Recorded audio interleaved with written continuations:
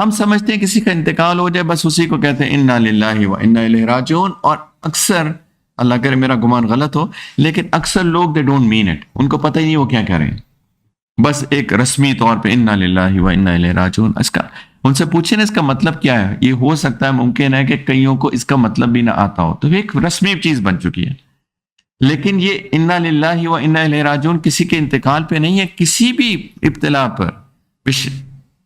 بشیء من الخوف والجوع ونقص من الاموال والانفس والثمرات، کسی بھی ابتلا پر یہ رسپانس ہے۔ ایک دفعہ نبی کریم علیہ الصلوۃ والسلام کے گھر میں چراغ جل رہا تھا، ایک دم سے اس کا تیل ختم ہو گیا، چراغ بجھ گیا۔ نبی کریم علیہ الصلوۃ والسلام نے فرمایا انا للہ و انا الیہ راجعون۔ تو سیدہ عائشہ رضی اللہ تعالیٰ عنہ سیکھ رہی تھی، انہوں نے کہا یا رسول اللہ، کیونکہ انہوں نے سنا تو یہ ہوا تھا کسی کے انتقال پہ زیادہ پڑا جاتا تھا، تو کیا یہ اس کے لیے نہیں؟ انہوں نے کہا نہیں، کوئی بھی مصیبت ہو، کوئی بھی ابتلا ہو، کوئی بھی اللہ کی طرف سے ٹیسٹ آئے، یہ بھی اللہ کی طرف سے ایک امتحان آیا، ابتلا آئی، تیل ختم ہو گیا، اندھیرا ہو گیا، ایک دم سے روشنی ختم ہو گئی۔ تو اور اس کے اندر جیسے میں نے کہا کہ اگر دل سے پڑھا جائے تو کوئی خاص رحمت آتی ہے، دل کے اندر سکینت آتی ہے، لوگوں کی اولاد کا انتقال ہو جاتا ہے، انا للہ و انا الیہ راجعون، اللہ تعالیٰ ان کے دلوں کو مضبوط کر دیتے ہیں، ورنہ تو ان کا کلیجہ پھٹ جائے، جس کے جگر کا ٹکڑا چلا جائے اس کا تو کلیجہ پھٹ جائے، لیکن اللہ تعالیٰ اس کے دل کو مضبوط کر دیتے ہیں اس کی برکت سے۔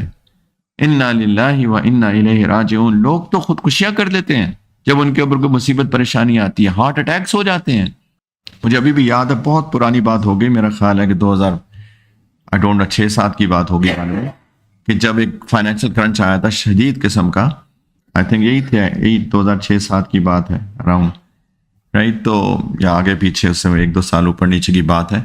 تو مجھے کوئی بندہ یہاں پہ گولڈ مارکیٹ میں کام کرتا تھا، مجھ سے ملنے آیا، تو اس نے مجھے آنکھوں دیکھا حال بتایا، یعنی میں ایک واسطے سے بات بتا رہا ہوں کہ اس نے مجھے خود بتایا، کہتا وہ گولڈ مارکیٹ میں تھا، ایک دن ایسا آیا کہ گولڈ کی جو سونے کی پرائس تھی ایک دم کتنے درہمز گر گئی ایک دن میں، بہت سارے،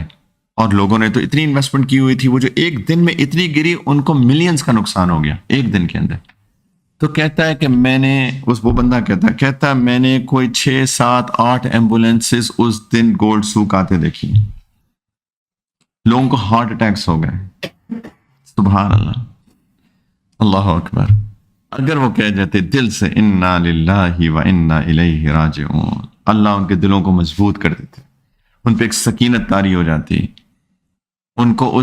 ظاہری بات ہے غم تو ہوتا ہے، انسان نے اتنی محنت کی، اتنا مال کمایا، دن میں ملینز کا نقصان ہو جائے، کوئی چھوٹی بات تو ہے نہیں،